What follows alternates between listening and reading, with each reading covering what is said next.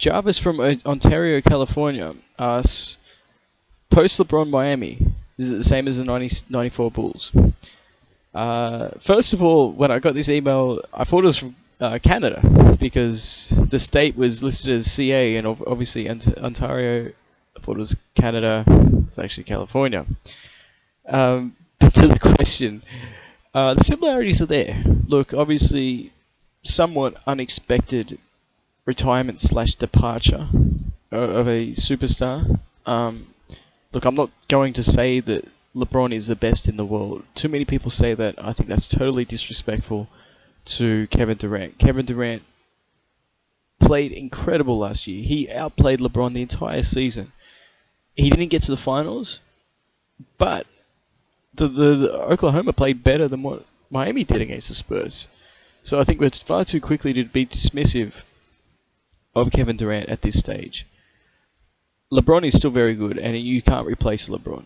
But maybe with Durant you could, but they're different players. So I don't think you can replace LeBron. The same way you couldn't replace Jordan. But the difference is, I think the East without Jordan was still strong, the Eastern Conference. I mean, you had New York, you had Indiana, you had Atlanta. It was difficult for Chicago to get through. This year's East looks historically bad, and that's saying something when you consider how shocking it was last year. But with Paul George's injury, Indiana is no longer really a threat, in my opinion, to come out. I mean, maybe they are because the East is so bad, but they're not really a threat to the title. They may still get out of the East, which is mind-blowing. But they're not a serious threat. I mean, if they were in the West, I wouldn't even predict them to make the playoffs without Paul George. I may not have even done that with Paul George, but without him, absolutely not. So with that being said, I think Miami still has a great chance to make the playoffs. Cleveland, yeah, they've got Kevin Love, but they're unproven, and neither is Washington. And they're probably the front runners now. Of course, Chicago too, but it's so heavily reliant on Dwayne Wade's health. Oh, sorry, Derrick Rose's health. I'm getting ahead of myself. But now we're talking about Dwayne Wade's health. People are quick to point that out. But playing a lot might be a good thing for him. I think what happened last year is they tried to ease him into, and they were resting him. Even in the playoffs, they were resting him. They weren't playing him as much as they should have been. And all of a sudden in the finals, they were expecting him to play 40 minutes a game.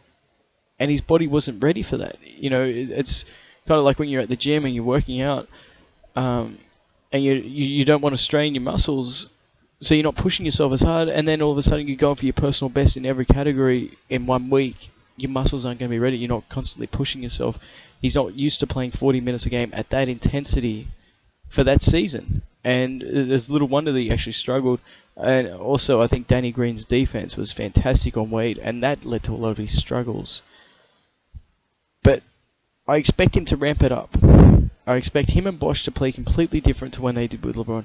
I'm not saying LeBron's a detriment, but I'm saying people have to play his style to fit in and excel with him. And it's difficult for a player like Bosch and Wade. You know, Wade was very efficient, but he wasn't very productive.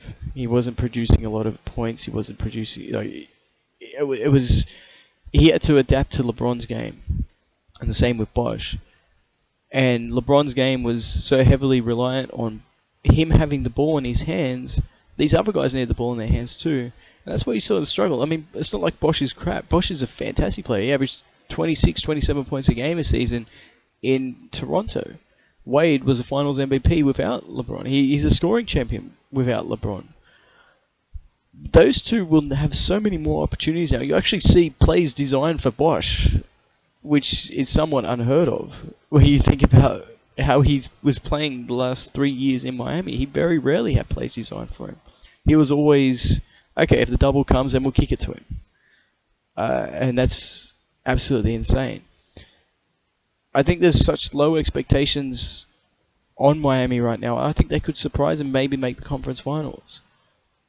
And I won't be surprised by that. I think the basketball world would be surprised by that.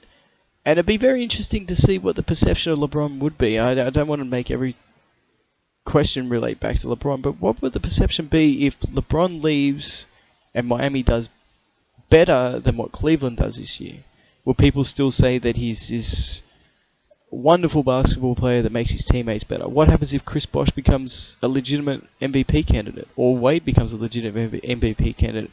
That would have never happened if LeBron was still there. So this whole perception of him making his teammates better and always making his team better, maybe not the case.